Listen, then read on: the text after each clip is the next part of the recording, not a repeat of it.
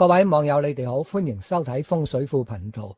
喺未講12生肖運程之前，先同大家講一樣好重要嘅嘢。咁呢樣嘢就係關乎到我個準確度嘅。咁啊，現在推算12生肖嘅方法，其中裏邊嘅一環啦，唔係全部嘅。咁啊，推算嘅方法因為包括埋起星噶嘛，咁同起星嗰部分就冇乜關係。咁我哋現在嘅方法就係將你所屬嘅生肖嗰個嘅地支就係配對喺黃道12宮嗰個地支裏邊，永遠你都係喺呢一個宮位嗰啲星嚟論吉凶噶啦。其實12生肖運程本身唔係咁樣去應用嘅，因為以前嗰個方法係需要運用到你嗰個嘅月份啦，你出世嘅時間啦，再嚟去對照你嗰個出世嘅年份，即係生肖啦，就睇下入去邊一個嘅宮位，而呢個嘅宮位每年都會唔同嘅，即係話你屬馬唔係每年都喺午宮，你屬鼠唔係每年都係喺子宮，係會逆時針咁一年跳一格。咁呢個方法就稱為查小限，而查小限嗰個嘅準確度呢係高好多好多，比現在呢個方法。咁係可以堪稱為你揾一個師傅作一個睇流年運程嗰個準確度嘅咁高嘅水平嘅，所以大家值得花一啲嘅時間睇一睇我呢個表。呢個表係會教大家點樣去查閱你每年走入去邊一個宮位嗰度呢。嗱，你唔需要年年查㗎，你肯定準確查咗今年啦。你記住今年喺邊個嘅宮位，下一年就逆行一個宮位就得㗎啦。咁就好玩好多，準確度亦高好多，係值得花啲時間㗎。你未懂得之前，你跟翻現在啲人用嗰個方法嚟睇你嗰個運程係冇問題嘅。即係話我講五宮，咁啊係代表咗而家嘅方法就係屬於馬呢一啲嘅人，咁你可以根據現在呢一套嚟睇你嗰個嘅運程。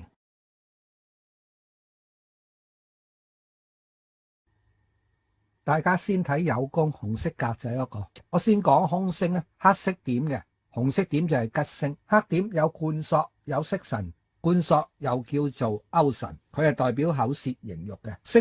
食神又叫做咎退祿害，係代表感情冷卻、財運減弱、生意蕭條。對面宮位啦就有咸池，咸池又叫做桃花，佢係代表酒色畸戀、外遇、暗病、泌尿系統。佢喺你對面宮位對你有一定嘅影響嘅。有粒卷舌又名絞煞，呢個係開口得罪人嘅意思。跟住我哋睇下丑宮啦，佢有天厄，天厄又叫做暴敗，呢個係生意失敗同埋大破財。紅焰呢粒係帶有桃花色彩嘅星，只要佢一遇到一啲嘅桃花星，就會產生桃花煞嘅。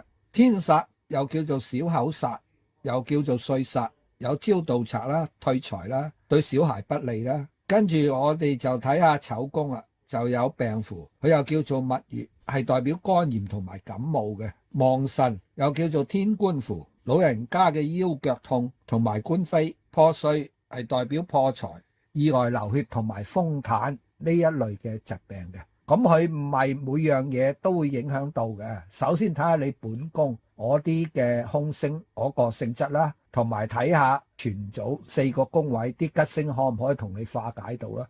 嗱，你本宮嗰個性質主要就係口舌啦，同埋一啲疾病啦、感情啦、破財、生意蕭條嗰啲嘅性質，唔係每粒空星對你都有全面性嘅影響嘅。每粒空星裏邊其中有一啲嘢對你有影響嘅啫，你自己宮位嗰啲一定有影響啦。咁我哋對面嗰個咸池星就有一半嘅影響嘅。咁佢主要係桃花，一涉及桃花就會產生好多唔好嘅嘢。卷舌啦，呢個就100%影響你啦，因為你嗰粒貫索亦都係同口舌形肉有關嘅，因為開口得罪人。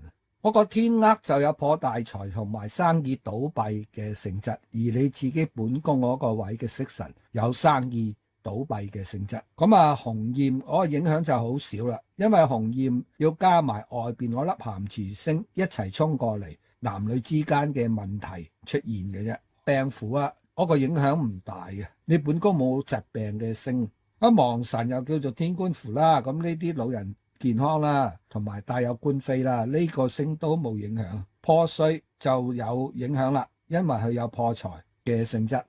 我哋跟住睇下啲吉星可唔可以同你去化到。先睇本宮有太陰星、紅鸞星、天月星。咁太陰就係化仇為喜嘅星，佢可以同你頂住晒嗰啲桃花帶嚟唔好嘅嘢，同埋一啲人事上嘅糾紛麻煩等等。紅鸞同對面天喜係一對星嚟嘅，紅鸞係代表咗婚姻，係一啲開心嘅嘢。天月就係一粒陽貴人星，呢個陰陽唔係代表男女，嗰個太陰亦唔係代表女人。佢之所以叫做陽貴人星，就係有利早上出世嘅人。對於晚上出世嘅人，你只可以接收到佢嘅幫助一半嘅啫。好啦，我哋跟住睇下丑宮。丑宮就有紫微同國印龍德。紫微就係一粒專星嚟嘅，佢係代表咗威嚴啦，能夠壓住一切嘅凶星。國印就係有利工作，係權力同埋你手段嘅性質嘅星嚟嘅。龍德就係一粒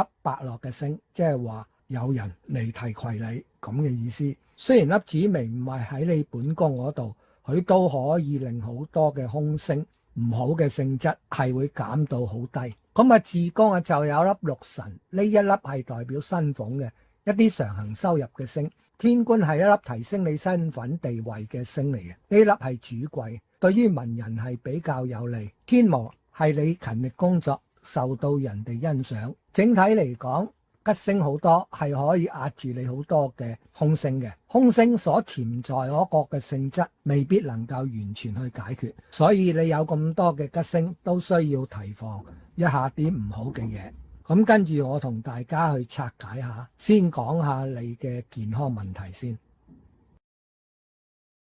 今年你本宮係冇病星啊，同埋吉星多，係可以化解到嘅。談星論運提到老人家嘅腰腳病，本身已經有病嘅人就會病況穩定。如果冇呢一類病嘅老人家，應該就唔會產生噶啦。至於提到嘅風流病同埋肝病、感冒呢一類型嘅傳染性病嚟嘅，你即使感染到，亦都好快醫翻好。應該提高警覺嘅就係嗰個咸池星所帶嚟嘅性病、泌尿系統嘅疾病，同埋病符所指嘅肝炎，因為佢有互通嘅性質啦。肝炎都會因為性接觸而產生嘅，所以喺今年裏邊嚟講，某些事你真係要注意嗰個衛生同埋做好安全嘅措施。至於意外方面就應該冇大嘅問題嘅，只係有粒破碎就會引致流血，咁可能你會有一啲小嘅創傷、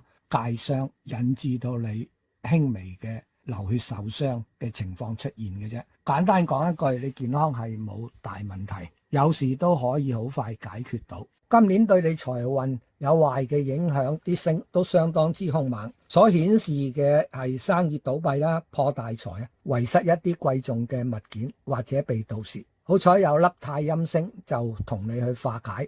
太陰星就係化仇為喜嘅星，唔同揾錢性質係會有唔同嘅影響嘅。先講下做老闆嘅同埋一啲高收入嘅打工仔，呢類人影響就最大啦。而吉星所產生嘅作用呢，只要你肯動啲腦筋，你盤生意就冇問題，有機會比過去還要更加好嘅收入。高收入嘅打工皇帝，東家唔打，打西家，因為紫微同埋天月呢啲星係保住你嘅工作嘅，工作同你嘅正財係有好大嘅關係。至於一啲中下收入嘅人係完全冇問題，因為有六神同埋天巫，只要你勤力工作，你一啲常行嘅收入係唔會少嘅。再嚟加埋對面我粒天德，呢粒係豬厄解困嘅星，咁點解打工仔冇問題呢？咁你公司冇問題呢，你就冇問題啊嘛。呢一組星，咁遇到公司有問題啦，執笠啦，咁又點？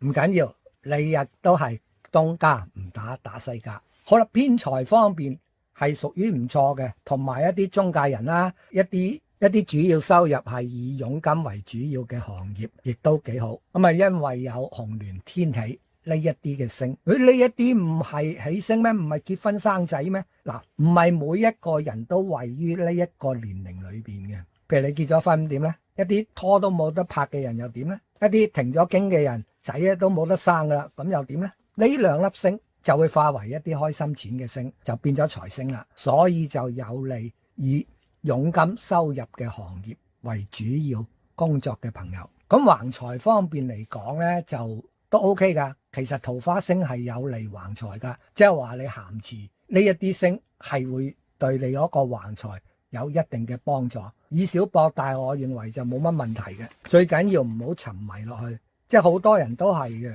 開頭賭錢，贏咗錢就培養咗鋪癮出嚟，跟住輸錢，你個心又唔服，越賭越大，賭到傾家蕩產。所以橫財呢一方面只適宜去買下六合彩，其他嘅遊戲就免啦。今年你嘅工作運係相當之唔錯嘅，但對於一啲轉工嘅朋友或者創業嘅朋友就要小心一下，因為你本宮有粒食神啊，外邊就有天巫同埋天厄，呢三粒凶星對你有一定嘅影響。我講過吉星多，佢係可以同你化解，但係凶星破壞嘅性質仍然存在嘅，即係話唔好嘅事情發生咗，然之後啲吉星嚟同你化解。所以喺工作上有大嘅動作嘅人就要小心啲啦，就要考慮清楚。例如轉工，你就唔好辭咗份工就走去旅遊下，然之後再揾工作。應該揾咗份工作再嚟去旅遊。創業嘅就必須要量力而為，就由少做起。擴充你業務嘅朋友亦都需要量力而為，因為整體嗰個大環境唔係話太好，時運係壓住人嘅運氣嘅。講到嗰個人際就非常之好啦，太陰係同你化解好多人事糾紛嘅嘢，而天月就係一粒貴星，即係話你喺嚟緊嘅一年喺工作上，喺你個人嘅能力上有好嘅表現，產生被人尊重嘅性質。呢一個天月貴人就係咁樣嘅性質，唔係話係有一個人走嚟幫你嗰個嘅性質啊。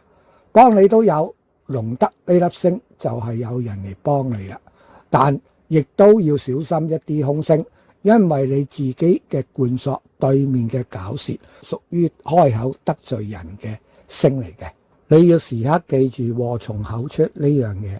今年吉星多就冇人同你去計較，但會留下一個唔好印象俾人哋，因為人際呢樣嘢，嗰個因果好緊要嘅，係會影響到你嚟緊嘅時間，即係未來嘅2年後，咁人哋都對你有一個嘅印象噶嘛。當你遇着個流年唔好嘅時候，調翻轉會俾面色你睇。正嘅桃花星又有，霧水桃花星亦都有。當桃花星咁旺嘅時候，就更加需要檢點啦。凡係已婚嘅人士或者有伴侶嘅朋友，就更加需要修心養性。我成日都講啊，桃花星唔係好嘢嚟嘅，無論男女好色都唔係問題，最緊要手續清楚、均真。大家成日都喺個網度睇到有一啲人10幾年前嘅事、20年前嘅事都會俾人攞出嚟唱。咁但係呢一啲人有一個特色嘅喎，佢哋呢啲人就係唔均真，手續唔清楚，以此為鑑。咁你應該知道點樣去做啊。家人方面就應該冇乜問題嘅，就睇唔到有影響你家人健康等等呢一啲嘅衰星。我講到亡神，亡神就係本身如果你係老人家先至會受到呢粒星嘅影響。整體嚟講係相當之好嘅一年嚟嘅。大家先留意戌宮嗰啲星，跟住外邊3個宮位都要睇嘅，紅線連住嗰3個宮位。戌宮就係你今年嘅小限本宮。我先講凶星啊，黑色點嘅，紅色點就係吉星。凶星係有官符，佢又叫做五鬼，破財、訴訟、被拖累、怪病呢啲唔好嘅嘢。華蓋又叫做黃幡，佢有化官非嘅作用嘅。對面宮位有吊客，佢又叫做天狗。咁呢個對你嚟講冇乜影響。月煞3個名嘅，又叫做的煞、豹尾，呢個對你亦冇影響。寡宿啊，算命我哋就會話孤寡命啊。喺一年裏邊推算嗰個運程，就係代表你不合群嘅啫。咁啊陰煞啦，就有難產、怪病、謀害、被冤枉嗰個嘅性質。咁佢係呼應到官符裏邊嘅怪病同埋被人拖累，即係冤枉嗰種嘅性質嘅。陽刃對你就有些微嘅影響，係代表跌打刀傷。跟住白虎啊，佢又稱做天雄，陰邪、痛苦、意外、破財、不和。佢裏邊其中嘅破財同不和，佢係呼應到官符唔好嘅性質嘅。子背裏邊就子背又稱做地煞，佢係代表誹謗啦、批評啦、被警告啊，咁都有影響㗎呢個，因為涉及咗官非啊、是非麻煩。飛廉係中傷俾人，呢個有影響，佢亦代表咗損六畜，咁啊損六畜就冇乜影響啦。咁我哋跟住睇下啲吉星可唔可以同你化解到啦？你今年嘅吉星好少啊，大嘅吉星一粒都冇添。咁本宮就有粒三台，對面就有粒八座，三台同八座係一對孖星嚟嘅。三台本身係代表咗你一個職位嘅，咁你係有升職加薪嘅作用嘅呢粒星。八座就代表你一個管理，佢唔係同你化解空星嘅。咁就人工啦，就有粒福星，咁呢粒福星呢，可以同你化解到部分嘅空星嘅。五宮就一粒吉星都冇添。咁啊，紅點係吉星嘛，嗱，歲見呢粒星就可吉可凶嘅。歲見其實就係太歲星，又叫做歲駕星。點解佢會叫做歲見呢？因為馬年嗰個太歲就建立喺呢個五宮嗰度咁解。將星係會加強佢本宮嗰啲吉星嘅力量嘅，所以歲見同將星呢兩粒星對你都係冇幫助嘅。解神啊，對面宮我粒解神，話明解神啊嘛，解神所到之處必有麻煩，即係話你冇麻煩，粒解神唔會出現嘅。咁其實呢一個係邏輯理論嚟嘅啫。咁啊，解神都可以同你解到好多唔好嘅嘢嘅。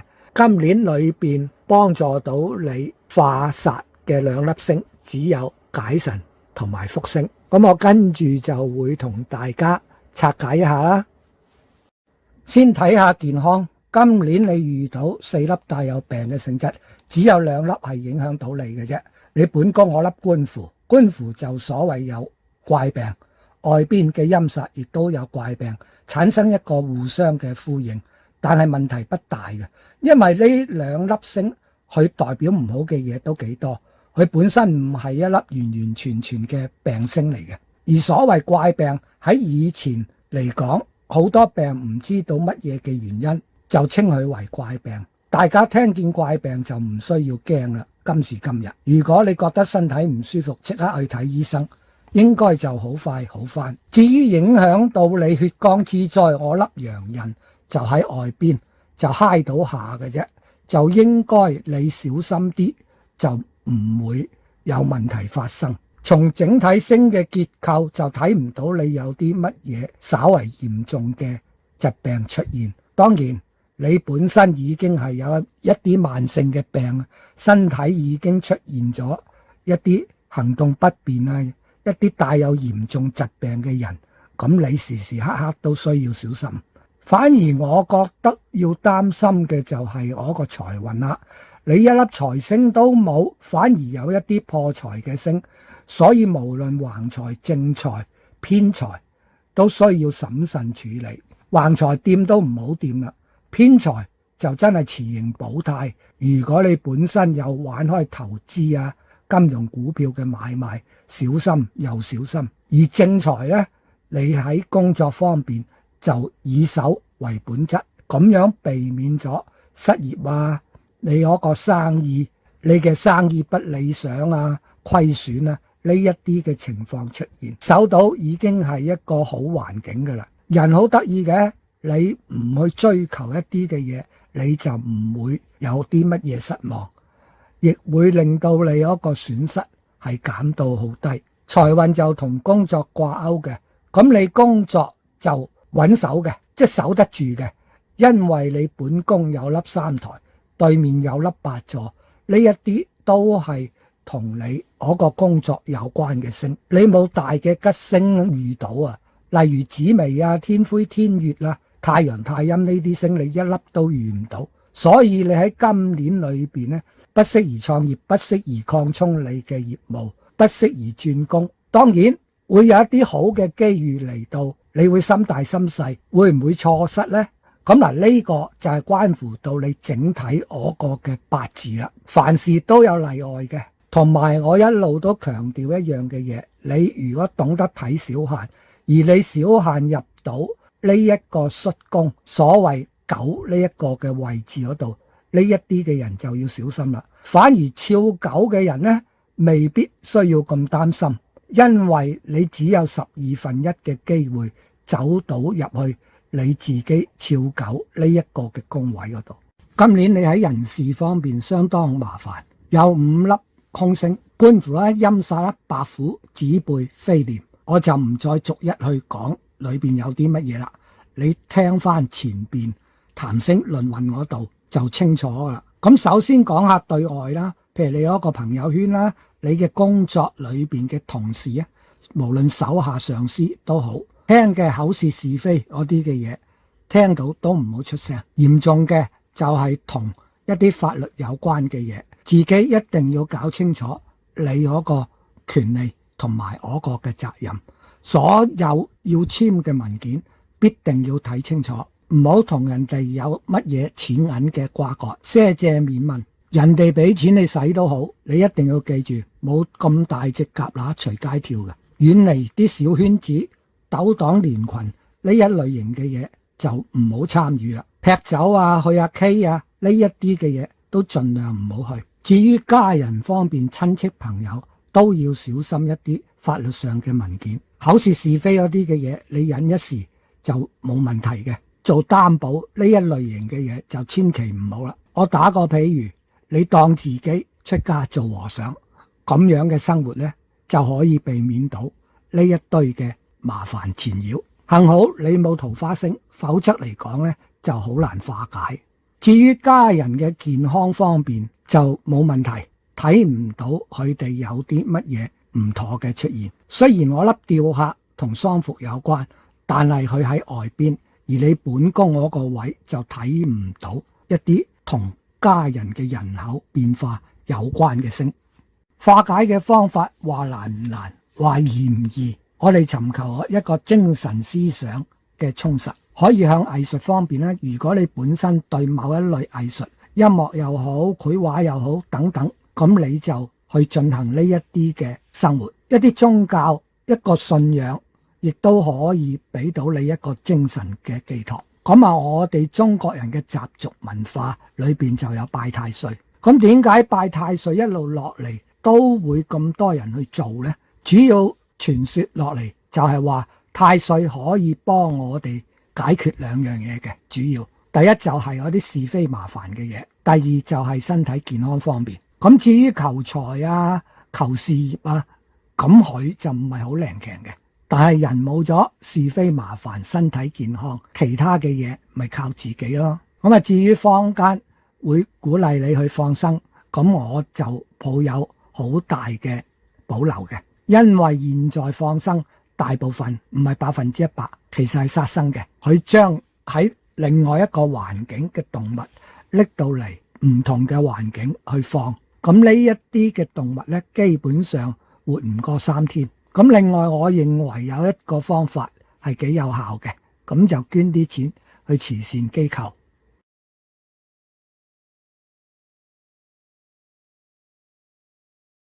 呢個係12生肖嘅星盤。如果你查小限入咗亥宮嘅朋友，任何生肖都好，留意我講，肖豬嘅朋友都可以作一個嘅參考。咁我先講紅色格仔亥宮嗰個位，跟住講埋有紅線連住外邊3個嘅宮位。我先講空星黑點嘅亥宮有小耗、死符，同一粒星嚟嘅，2個名。佢係代表不聚財、遺失、浪費、賭博、劫殺，又叫做害氣。佢係代表傷人口、招盜賊、生病。對面嗰個宮位有病符，3個名：亡神、天官符。佢係代表老人家腰腳痛症，同埋官非。官非唔係單指老人家噶，破碎係不聚財、意外、風壇。好啦，我哋睇下未宮啦，有晦氣，佢又叫做天空。呢個係欠缺物質嘅享受，遇到倒霉嘅事，冇人緣。天月係代表橫和，留下係代表醉駕、難產、血崩。我哋跟住睇下卯宮有咸池，佢又叫做桃花，代表酒色、畸戀、外遇、性病、泌尿系統嘅疾病。卷舌又叫做絞殺，開口得罪人。我哋跟住睇吉星，睇下佢可唔可以同你化解到啲凶星啦，同埋睇下佢帶啲乜嘢好處過嚟。你本宮有一粒玉堂星，玉堂星係一粒大嘅貴星嚟嘅，佢係陰貴人星。嗱，陰陽不代表男女，陰係有利夜晚出世嘅人，佢接收佢嘅好處係100%嘅，而朝早出世嘅人就接收一半嘅啫。呢粒貴人星就係代表咗你自己顯貴嘅性質，顯貴係你嗰個社會地位嘅提升，或者你嘅工作職業同埋你嗰個專業學問受到人哋嘅尊崇同埋認同，佢係可以化到同是非有關嘅凶星嘅。對面宮位就有粒六神，六神係粒代表薪俸嘅星，一啲常行收入嘅星，佢係財星，但係唔算好大嘅財星。天官係一粒文貴星，呢個係有利讀書人嘅，讀書人或者做一啲文職嘅人，尤其是當公務員喺政府工作嘅人，遇到天官呢粒星呢，被人認同你嘅能力，自然就會升職加薪嘅機會出現噶啦。咁啊，未宮就有粒太陽星，呢粒星係化凶險嘅，意外啊，同人哋一啲嘅爭拗啊，呢類型嘅星嚟嘅。咁啊，金魚就係一頂金嘅橋，咁啲大吉星遇到佢就係會加強嗰個力量嘅。太陽嗰個力量係會被金魚加強。咁啊，天印呢粒係考取狀元嘅星，嗱，今年就喺外邊啊，係有些微嘅幫助嘅啫，對你唔會話你10年都攞唔到個博士學位，今年咧你攞到，咁冇咁樣嘅機會，除非係未宮入未宮嗰啲嘅朋友就有咁樣嘅機會。咁我哋跟住就睇下卯宮啦，卯宮就有粒天喜，天喜係代表咗婚姻啦、生仔啦、生女啦咁樣嘅意思。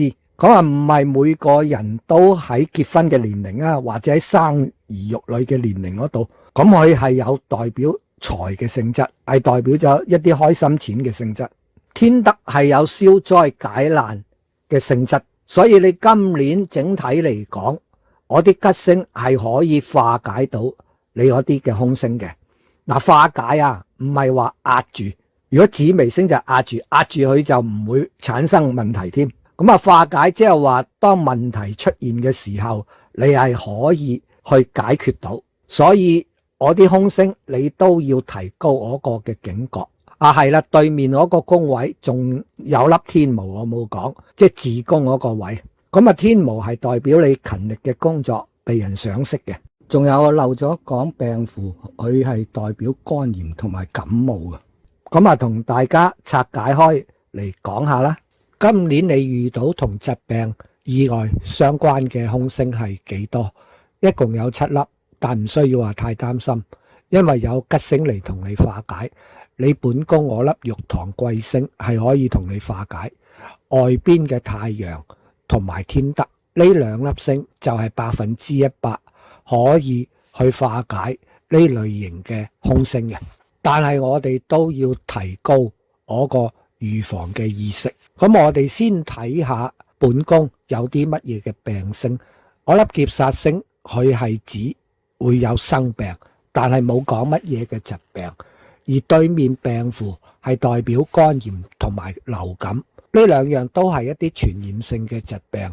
即係話如果流感期爆發，咁你就要做一啲預防嘅措施啦。如果喺人口密集嘅地方，可能你需要戴個口罩，同埋我對手經常要清潔，尤其是喺進食嘅時候。咁啊，至於肝炎呢，佢係可以透過性接觸傳染嘅。你揩到我粒咸池星，咸池星係有性病嘅性質，所以嚟緊嘅1年你就真係唔好亂咁嘴啦，因為口水都可以傳染到噶嘛。同埋有一啲類型嘅肝炎，你得到呢一個病都唔知嘅，好似乙肝咁樣。至於亡神老人嘅腰腳痛，咁呢啲如果你本身冇呢一類型嘅疾病嘅老人家，基本上就唔會發生嘅。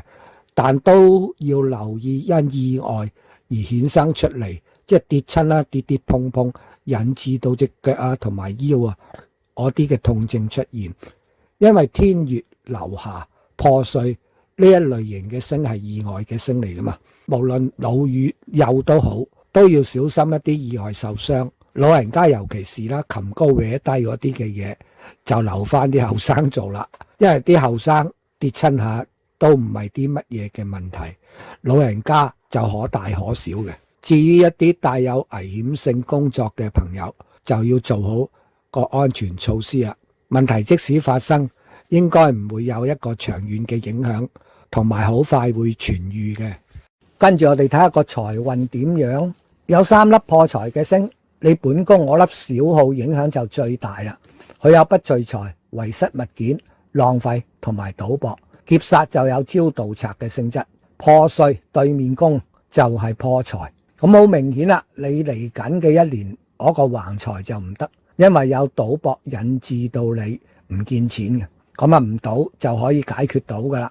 另外嘅就係話招盜賊啦，同埋一啲破財啦，因為破碎嗰個本身嗰個性質唔係代表你因為工作或者一啲嘅投資、一啲嘅生意而引致嘅損失㗎。呢一個就主要係你一啲貴重物件嘅損毀而引致你財物嘅損失，所以你嚟緊呢一年唔好將一啲貴重物件擺喺個身嗰度啦。咁呢一個動作有2樣嘅好處喎，因為你仲有招盜賊啊嘛，財不可以露眼啊嘛，咁就可以解決咗你財物損毀同埋招盜賊嗰個機會大大會降低。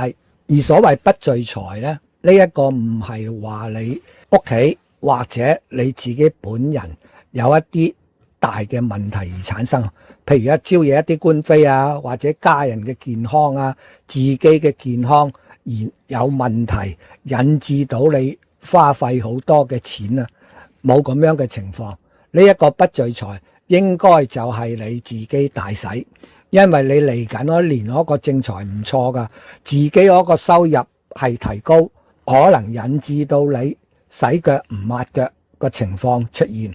咁啊正財好好喎，因為你受到我粒玉堂星同埋對面我粒天官星同埋個天巫，你勤力工作，嗰個玉堂同埋一個天官星最利一啲創作嘅人士，一啲揸筆揾食嘅人士，一啲專業嘅人士，因為你哋會受到人哋嘅認同，你哋嗰個工作嘅能力受到讚賞，所以提升你嗰個正財嘅收入嘅。你仲有啊，太陽啊、攀安啊、天德啊，呢一啲星都係大利工作嘅星，工作好自然嗰個收入就會大大嘅提高。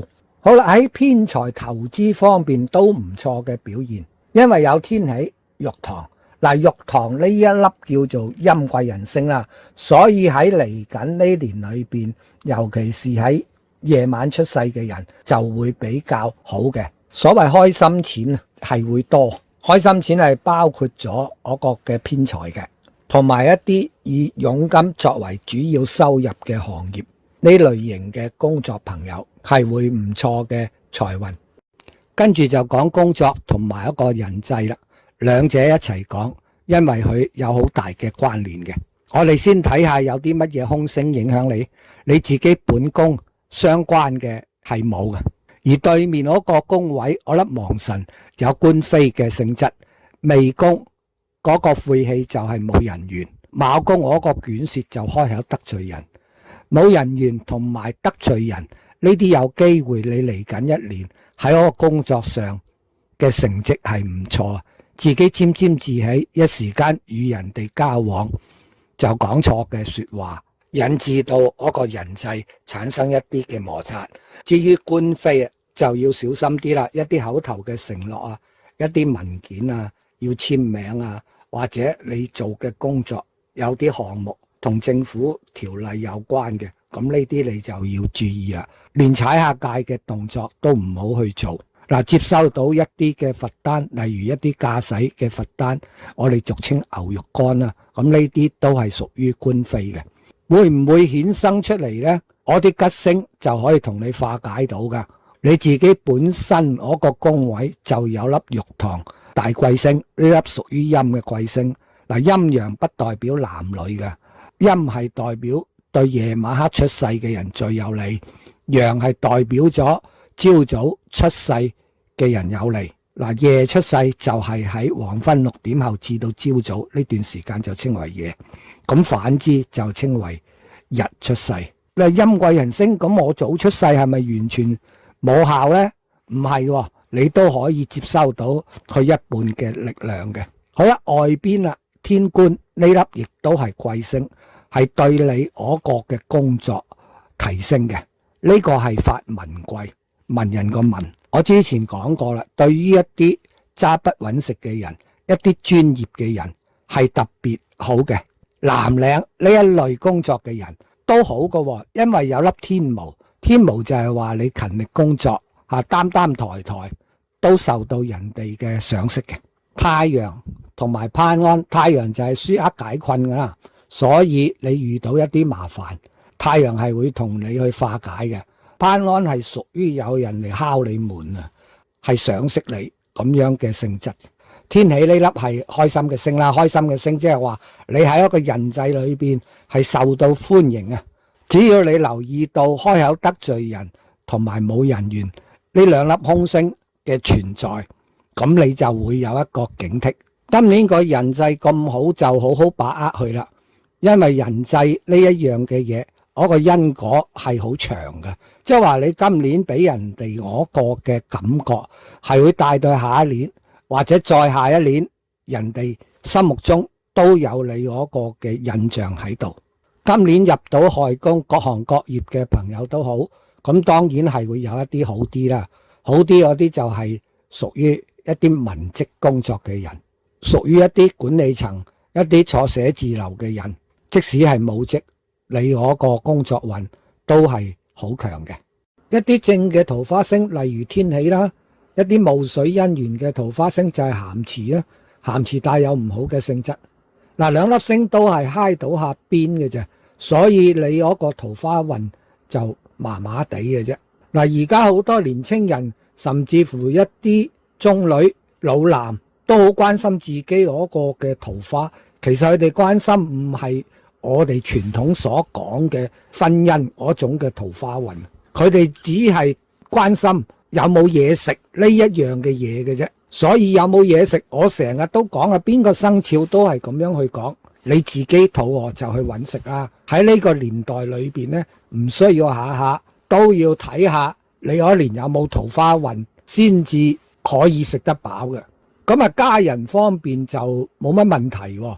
嗱，我清楚一啲講下啦。所謂老人家嘅腰腳痛，唔係話譬如你40歲，你屋企有老人家，佢哋就會有呢一類型嘅病，唔係咁樣。而你本身入咗呢個亥宮，我一堆老人家就有機會有腰腳嘅病咁解。所以喺呢個馬年裏邊，你屋企人基本上男女老幼嗰個健康係冇問題嘅，一粒都睇唔到影響你家人嗰啲嘅空星存在，就係咁簡單。整體嚟講，豬係一個幾好運嘅一年嚟嘅。